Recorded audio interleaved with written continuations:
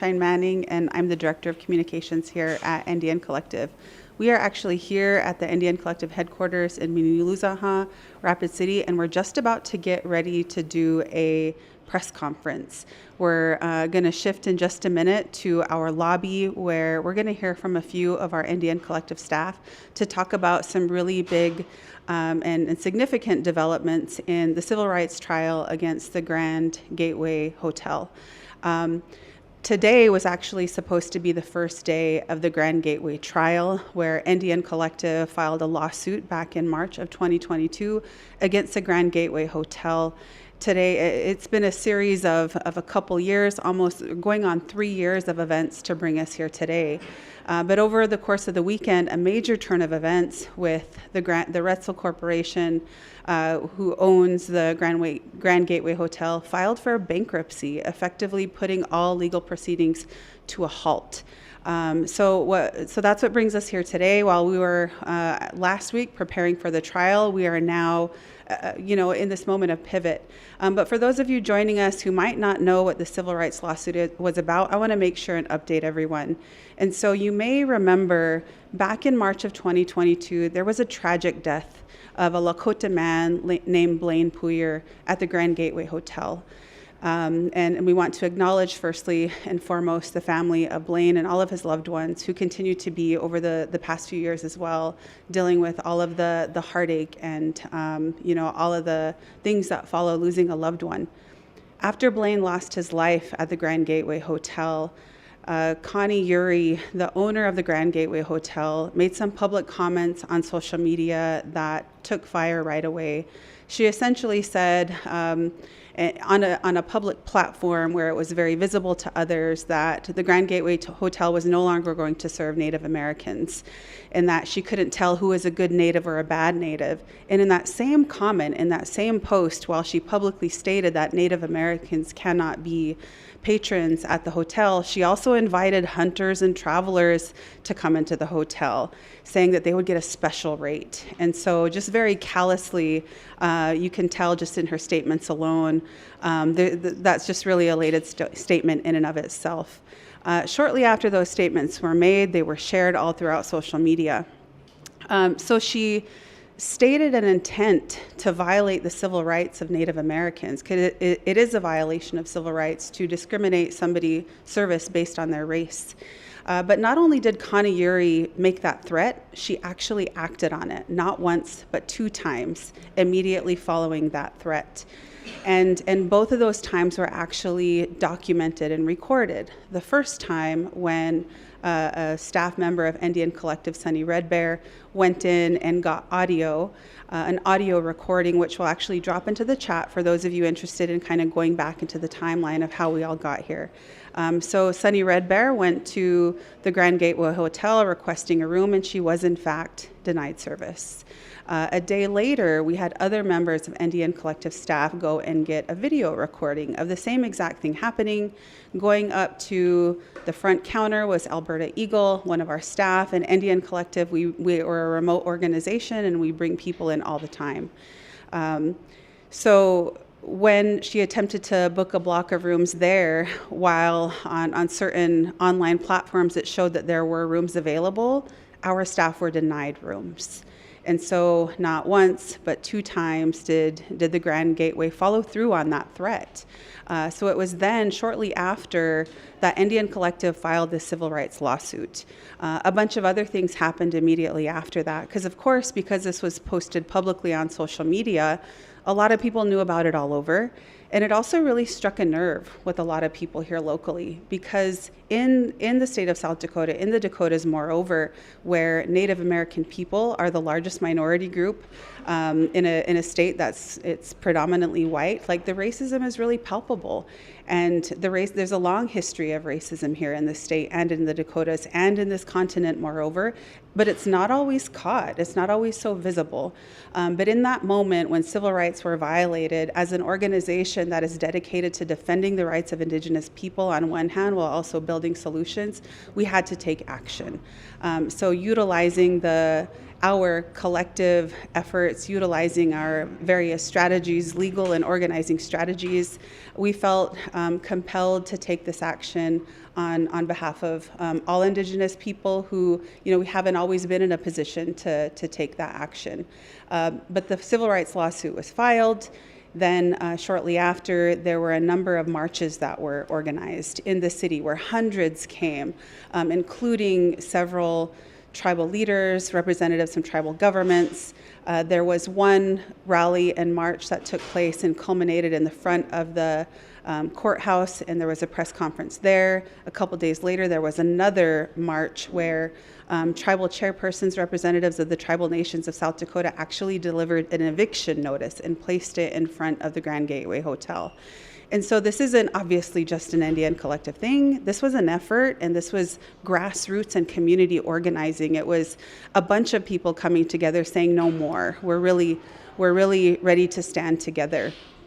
And I think it's also really important to keep in mind too, amidst all of this, that, as we mentioned at the top of this live stream, that there is a family still in mourning, and that family's loss was also made very public and became the springboard of racism. And so therein lies, what we often experience is just racial profiling and assuming the worst of us, and then all of our people paying a price because of somebody else's racism. Shortly after the marches, there was a series of boycotts that were also organized, and NDN Collective, alongside many of our other partner organizations in the city of Rapid City, organized a picket line in front of the Grand Gateway Hotel. There were a number of efforts to educate the community and inviting even local businesses here to take a stand against racism. So here we are now, flashing forward to where we're at. Over the course of the past couple years, legal proceedings take time. So clearly, we're in this third year, flashing forward to present times. We're going to hear now from 3 members of our NDN Collective team to tell us what this means now. So we're brought here. Is this a good thing? Is it a bad thing? Not going to give. I don't want to give too much context because they're the best at doing that. But I will say this is actually a really, in a way, a win for NDN. We're aware that the Retsel Corporation and the Grand Gateway, they know that there's compelling evidence against them. And so up next, we're going to hear from NDN Collective President and CEO Nick Tilsen, our Associate Director of Organizing, Sunny Red Bear, and Director of Strategic Partnerships, Dr. Val Big Eagle. They will be addressing the press. We have some press outside in the lobby. And right after they share some statements, the press is going to ask some questions. And then we'll be back afterwards to wrap up with some closing statements. But thanks so much for being with us. Please like and share and engage with our live stream, comment. It helps us get the word out there and let people know that we're going to fight, and we're also going to build at the same time, and that we have to make these stands in order to make a better life for our people and our communities. But thanks so much for being with us, and we'll go over to the live stream now, or the press conference.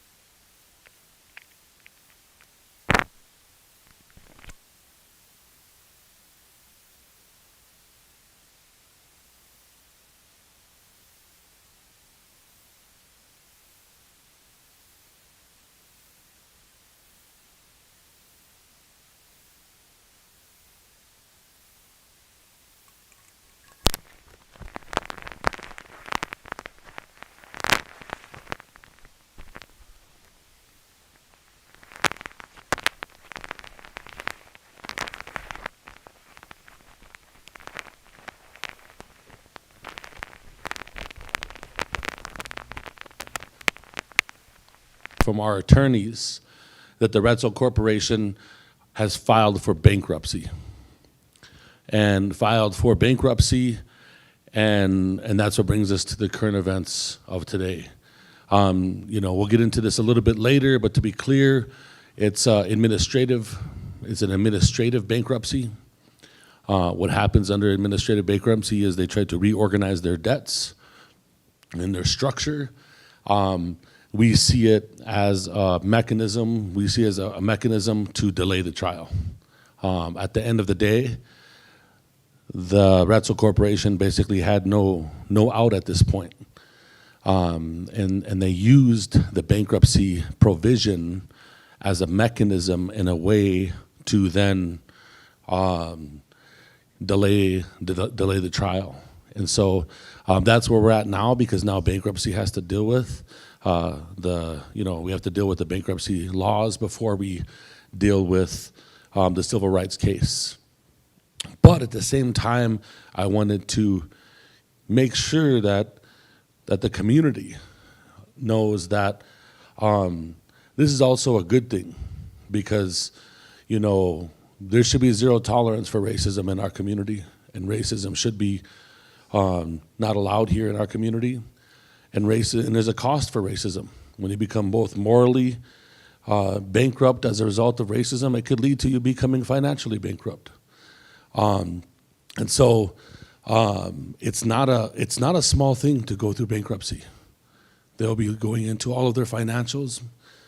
Many of those things will be made public to us, and we will continue to hold them accountable. But it does absolutely feel like that justice is delayed at the moment, and it doesn't feel good.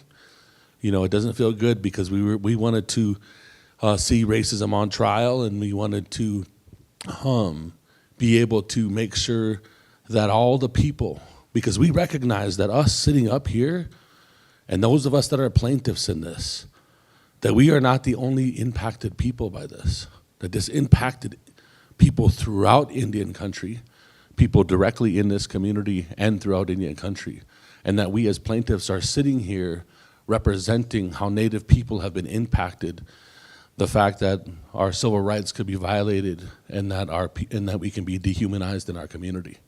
So that is the short update that we have.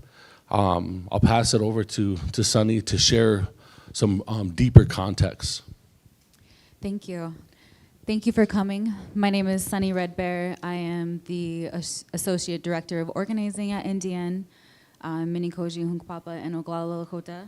I'm a mother of students in the Rapid City area schools. I'm a community member. And I kind of wanted to just zoom out a little bit.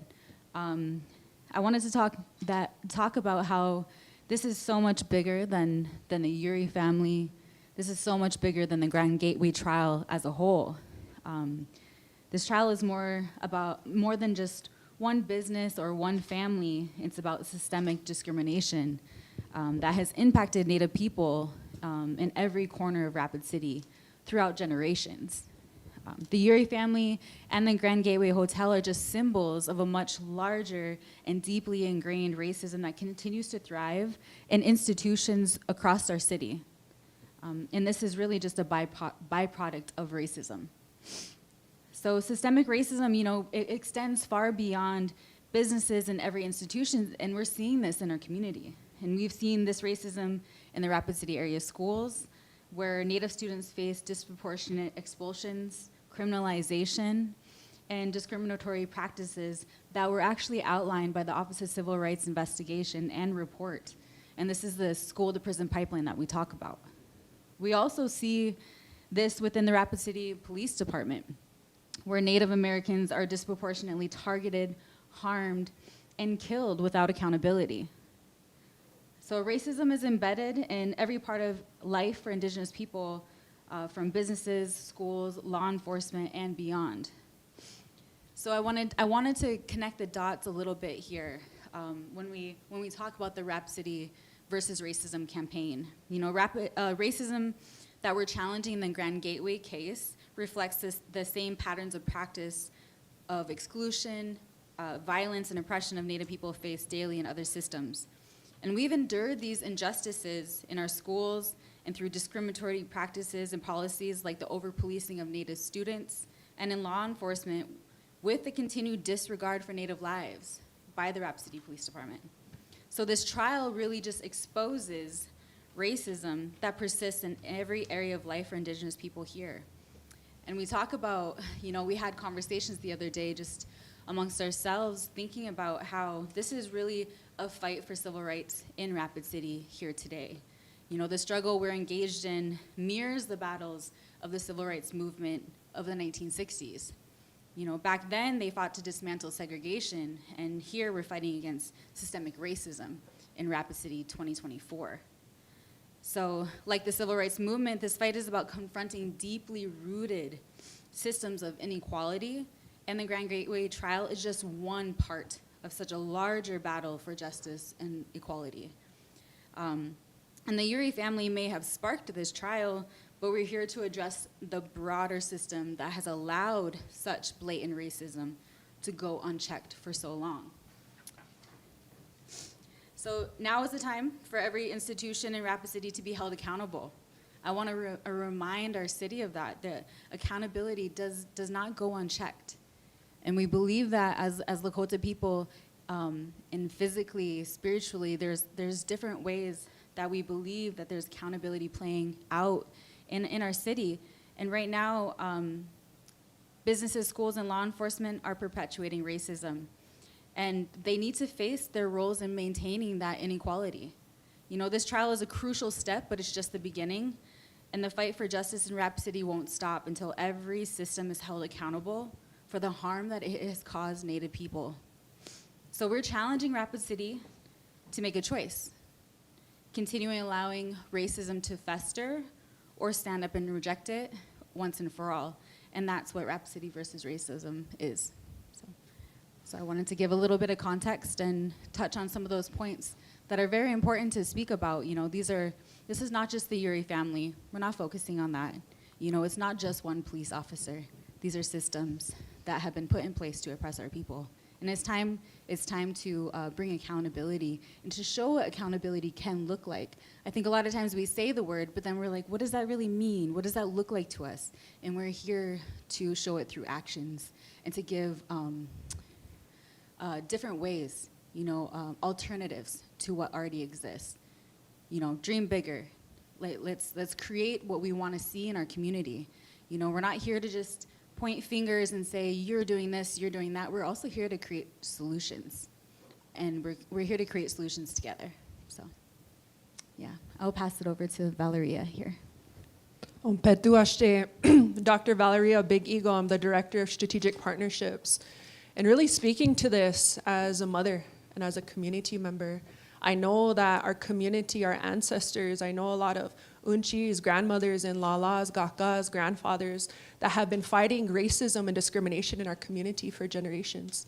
There's a reason why this community is called Racist City. It's not known to us as natives as Rapid City, it's Racist City. It's because we have known these things have been happening for generations. And this is more, again, you'll hear this again and again, this is more than just a trial. This is more than the Uri family. This is about saying racism is not tolerated in our community and we must do something about it. And as a mother, I want my children to feel safe in this community, to be able to go into those schools and be able to learn who they are, where they come from, and be proud of that. I don't want them to go into the schools and feel like, gosh, I can't be Lakota. I have to be, what they tell me to be. I have to learn those things or what that looks like. And so even, thinking about our elders and everything they've gone through. I know my unchi, she tells this story and she's no longer here anymore, but she remembers walking the streets of Rapid City and seeing those signs that say, no Indians allowed. And she asked her, Ate, Dakue, why? And he said, because they don't know us. And she always said, they still don't know us. And this shows, even with this happening, the Uri family discriminating against Indigenous people, they still don't know us. This means, our community, we deserve to be heard. We deserve for people to know us. Indigenous and non-Indigenous people coming together and feeling like this place, we have a sense of belonging, of community, of inclusiveness for all of us. I want my children to feel like it's not racist city anymore. I want this to be their home, and I want them to be safe and to feel like they can be who they are in our community. And so this is a bigger representation of that, and that this change, this trial can be that tide of change for this community. If you think about this in historical context, if you think about this in historical context, the 1964 Civil Rights Act came into an existence at a time in which civil rights activists like Martin Luther King, like Fred Hampton, Angela Davis, many people who took to the streets to stand up, and they pressured Congress to create the Civil Rights Act. Some of those people, like Martin Luther King and Fred Hampton, gave their lives. They gave their lives. They died for that act to be. And for us to be sitting here, whether it be in 2022, when the owners of the Grand Gateway repeatedly denied access to Native American people to use their hotel, or whether you were sitting right here in 2024 where they're using the bankruptcy law provision as a way to escape accountability and to run from accountability, it is a complete disrespect to the legacy of Martin Luther King.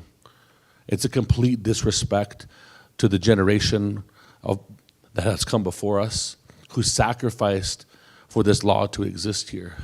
They wanted this law to exist because they wanted people to exercise it and to lean on it, to advance equal rights for all people, for all people. And that's why, you know, this lawsuit is so much about making this community a better place for everybody. Racism is dangerous for all people.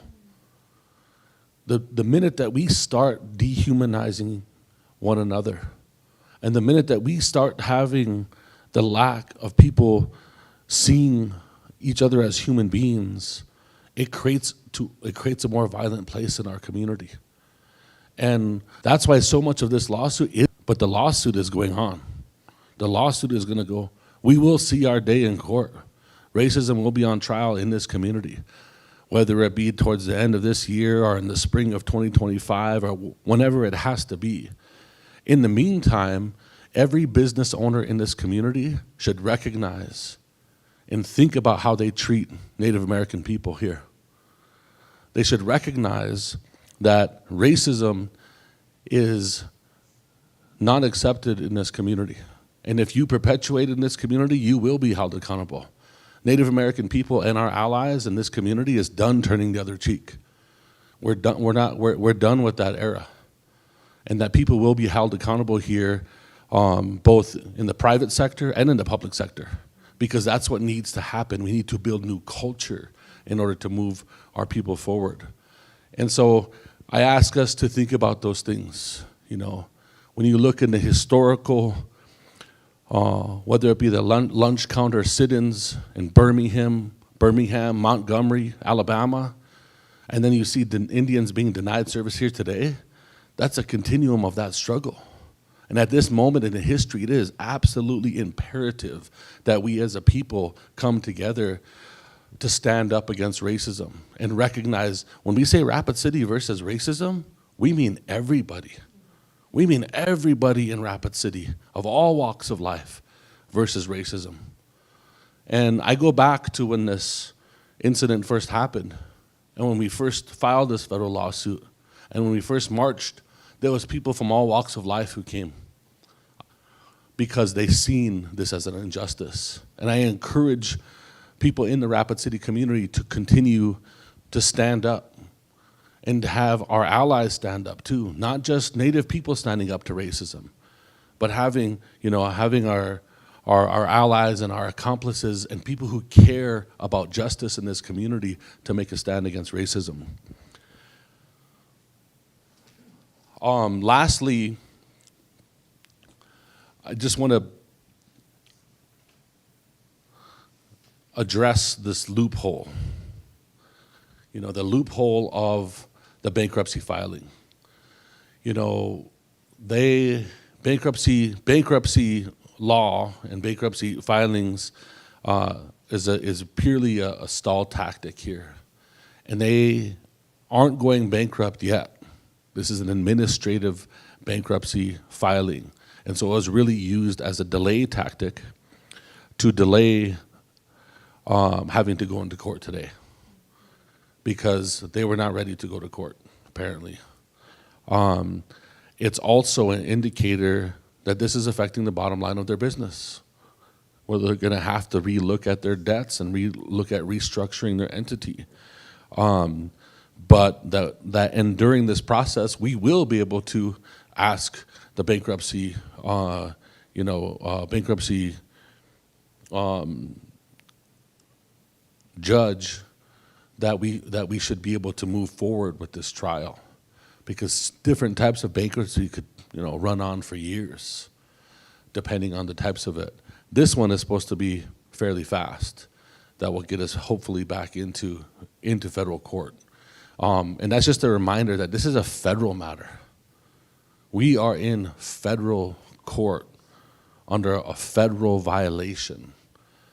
And that this corporation also is already under a consent decree through the Department of Justice. The Grand Gateway is already being federally monitored by the U.S. Department of Justice, in this moment.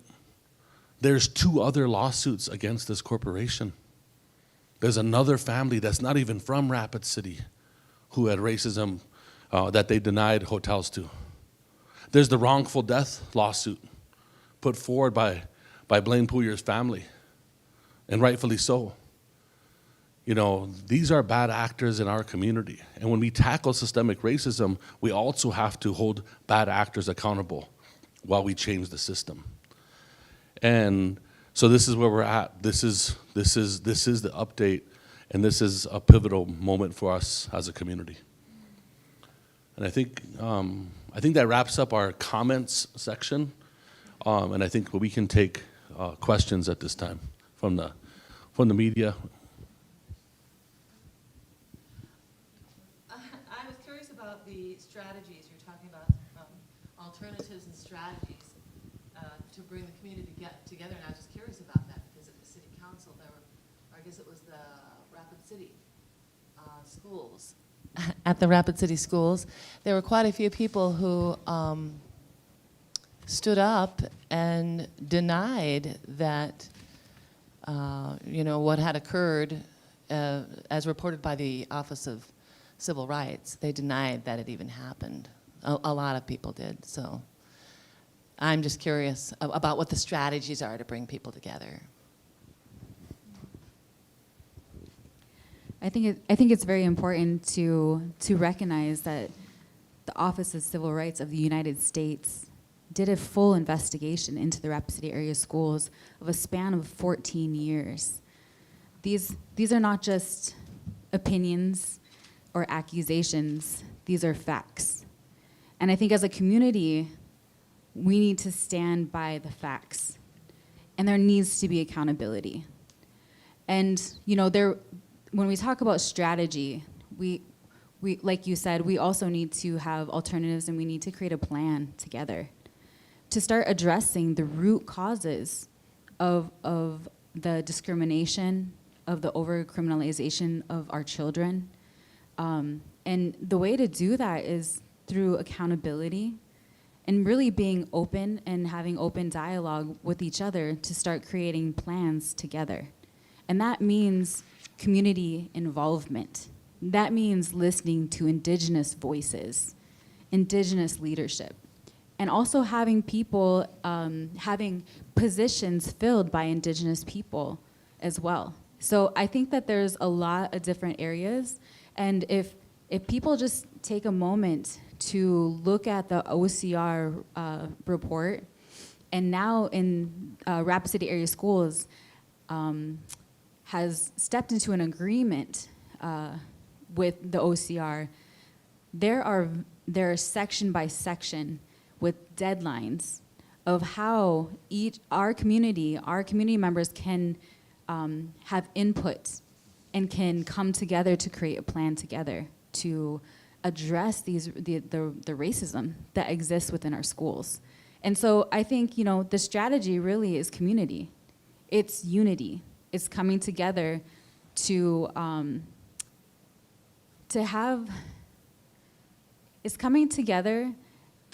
face the realities of Indigenous people.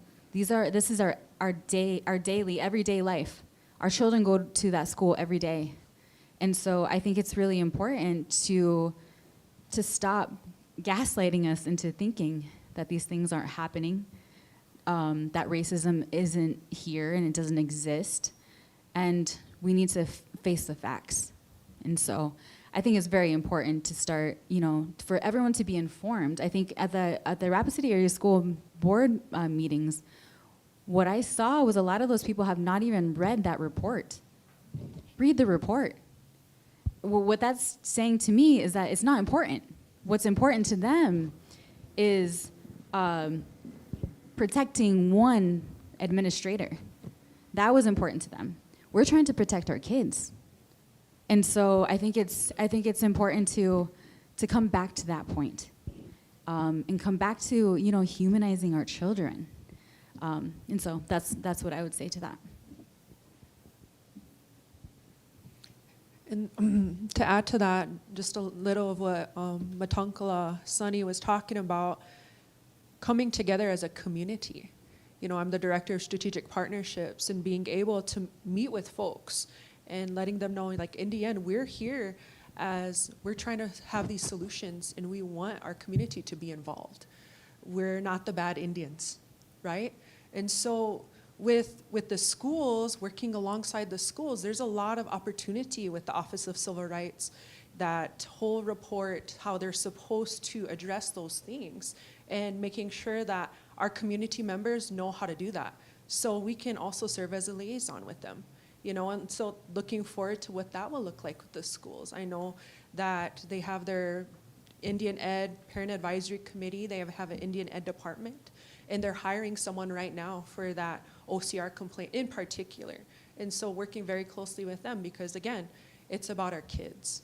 It's really bringing it back to addressing racism so that our kids feel like they can have a safe place to learn and to be themselves and not to be isolated. And so, I mean, there's a lot of opportunity, and I want the community to know that we're here and we're open to those.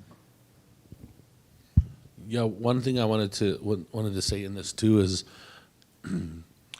this whole process has been like frustrating, because we're trying to use the laws that are designed to protect us, to defend the rights of Native American people. Yet a bankruptcy law takes precedent over a civil rights law, meaning that civil rights can be delayed because of capitalism, because of a capitalistic approach and prioritizing capitalism in society. And to be honest, we're far too used to that as Indian people. For the law to be interpreted a certain way for Indian people, and then for the law to be interpreted a different way for non-Indian people.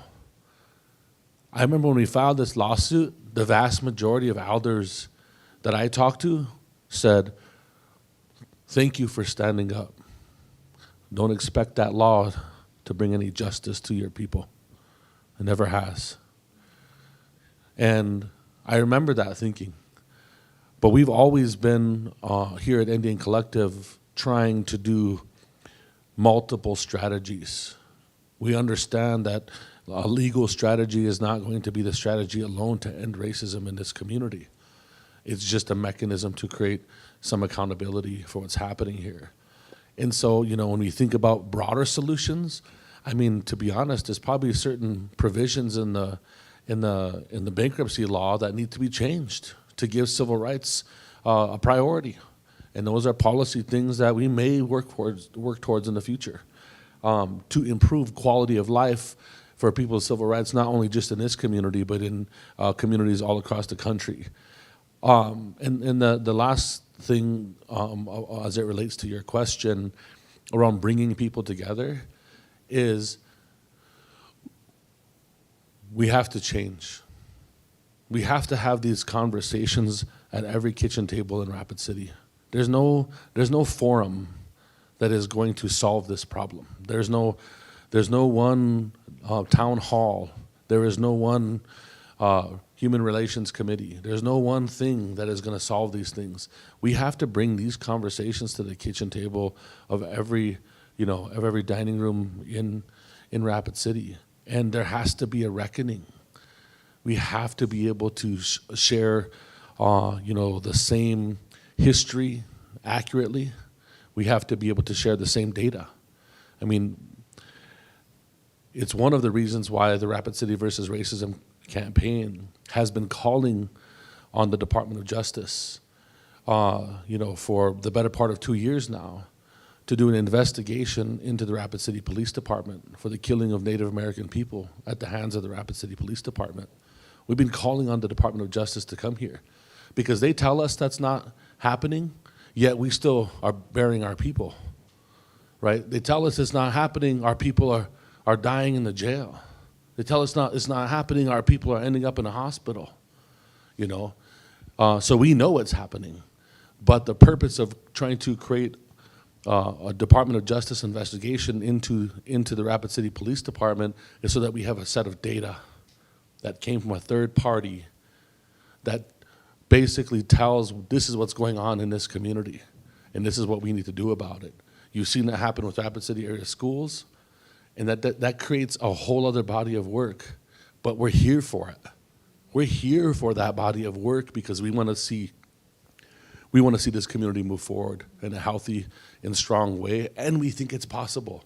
I mean, that's the other thing, right? As we're sitting here and we talk about all of the hardships, we talk about all of the struggle that exists, we talk about the division, but what is possible in this community is beautiful. The beauty is possible to be able to bring people together in a positive way to catalyze our community forward. And I'm looking forward to us entering into a new era of that, but accountability is a part of it. What was it last night that you said we went into Inipi, into sweat last night? How do you say in Lakota, I have faith? Oh yeah, so in Lakota we say, Woichila luhaho, like, do you have faith? Do you believe? And I think that speaks to our work at NDN, is that we fully believe what we're working towards will come to fruition. I also wanted to plug too, there's an opportunity tomorrow at the Rapid City area schools is having a listening session tomorrow at Central High School in the auditorium. It starts at 5:30, it'll go to 7:30. And it's an opportunity for the community to plug into, to talk about safety, but more in depth, the MOU with the Rapid City Police Department and the Rapid City area schools. And so I think it's really important for our community to show up, to speak about our experiences with the police department and the police in our schools, and also talk about some alternatives and how we can support our teachers through this process too. So, thank you. Thank you. So I just wanted to clarify. So this bankruptcy filing does not mean that the lawsuit is canceled. It simply is further delaying it. Is that correct?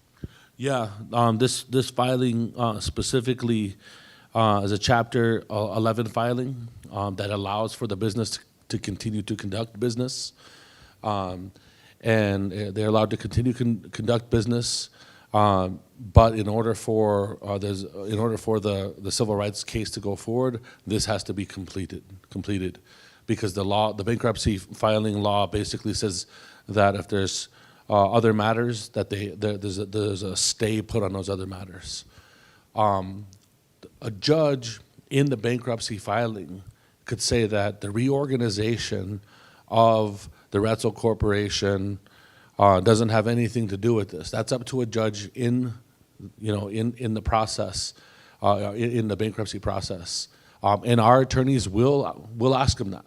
Our attorneys will ask the judge in the bankruptcy filing giving us, we would like you to lift the stay.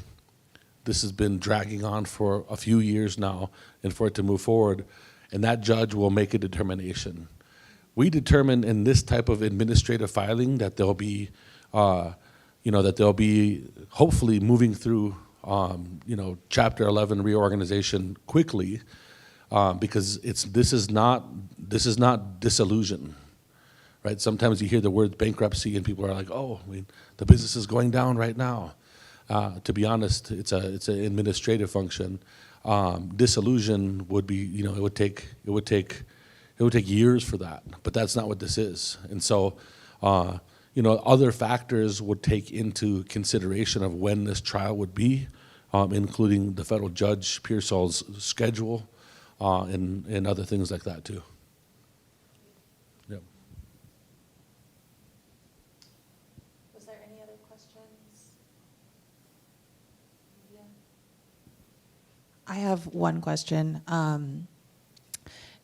What would you say to the people of this community, to particularly the Indigenous people of this community who were maybe waiting for this trial to happen? What do you say to those that thought they would have their day in court, so to speak? And how do you continue to maintain hope through this?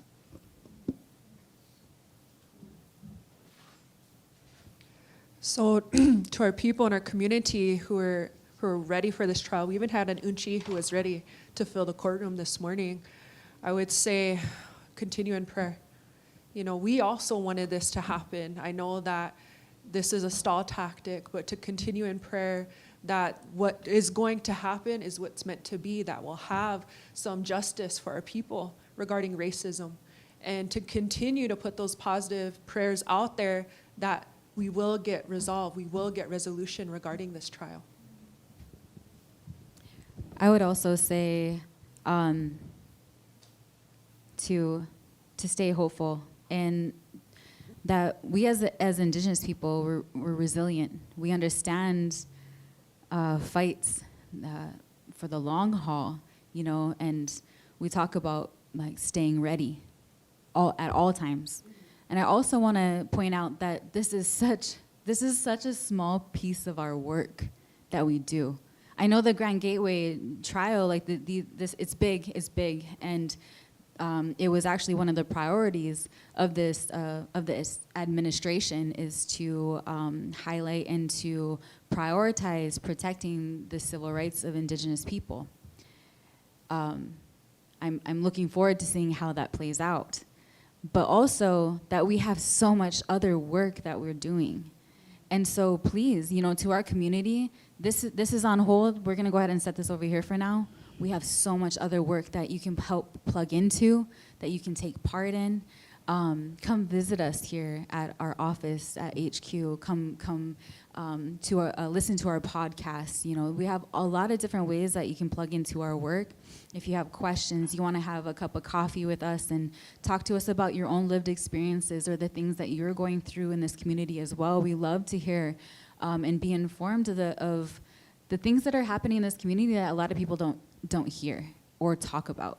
We have multiple people coming in every week just sharing their stories of discrimination, different incidences by the police, fighting for their relatives. And those are the people that actually give us hope to do our work. So together, we'll stay hopeful. Yeah, I would say the last thing I would say to that question too is that to all of our people out there, like, you deserve justice. Period. What happened to you? We believe you. Your people, we are bringing light to these things so that they don't continue to happen. And we know it happens every day in this community. And keep sharing your story. Keep coming forth. Racism wants us to be silent. They want things to be swept under the rug. They want it to live in the shadows. And it is our responsibility to bring it to light. And the NDN Collective is here to be partners with you in doing that. that you don't have to do that alone. It's not NDN's job to do that alone either. It's NDN's job to work with the community to bring these issues to light and to stand together. And I will say to our non-native allies that our door's open. You can come through this door just like any member of the Native American community comes through this door. And our arm is extended in partnership because we want to see things happen for our people in a better way. Don't assume right away, and don't try to, when a Native person is telling their story, don't all of a sudden in your mind try to find holes in that story. Listen. Listen to them, how they're telling that story. Listen to their experience. Listen to their reality. Because that alone is already treating that person with dignity, that treating them like a fellow human being. And the act of doing that is what we have to do consistently here. And I will say to the Native community that NDN will keep rising up too. NDN is here for the long haul. It's important that we don't back down. It's important that we keep talking about Native American civil rights, Native American human rights. It's important that we continue to both be in the streets and we also, being in the halls of trying to change policy for the betterment of Native people, and doing both of those things. And we will continue to do that work in partnership with Indian people in this community and all across this country and throughout Turtle Island. Hecha too.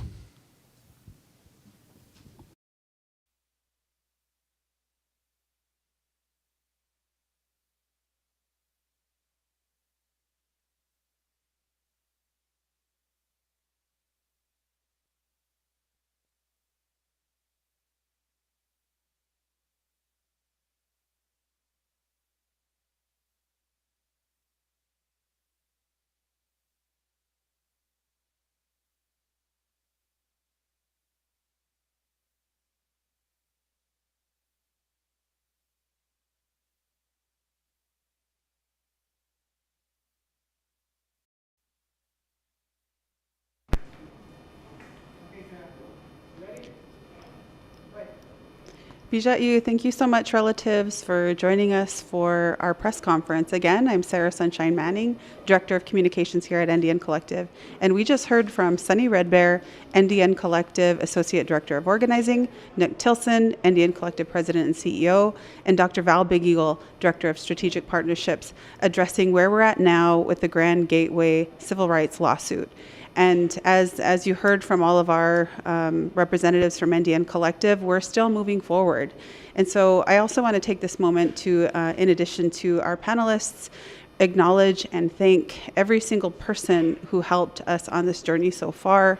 There were so many people, thousands of people who supported, whether you were here on the ground, marching with us in the streets, at any one of our marches and rallies, whether you were right on that picket line with us, right outside the Grand Gateway Hotel, whether you were somebody who liked and shared our content or did in any other way, have even kitchen table conversations or conversations with your coworkers and friends about why it's so important to stand up and rise up against racism.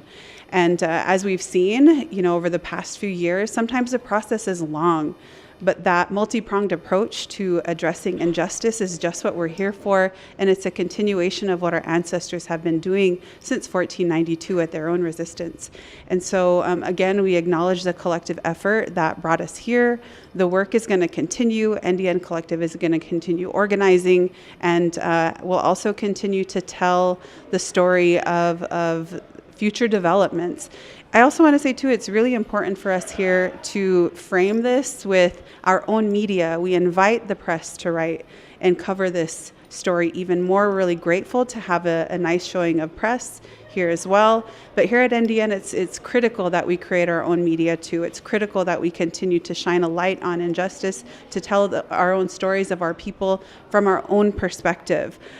We continue to challenge mainstream media, challenge press, to, number one, cover stories in general, and then also to cover them in greater depth and detail. But until then, until we're at that place where we have that great coverage of our people and our lives, our struggles, that's why it's so critical for us to also continue telling our stories too. And so if you are a follower of our work, we really appreciate it. And as always, it really makes a difference when you engage with our content, when you like and share. Just know that there are native storytellers behind the camera, in front of the camera, behind the scenes, everywhere, making sure that we're lifting up the stories of our people, and here at NDN, making use of every tool available to us, whether it's the legal system or mechanisms, knowing that there are complications there, making use of media, making use of organizing, grassroots, mobilizations. We're here for all of it. So thank you again for being with us, and more to come from NDN Collective. Thanks so much, everyone.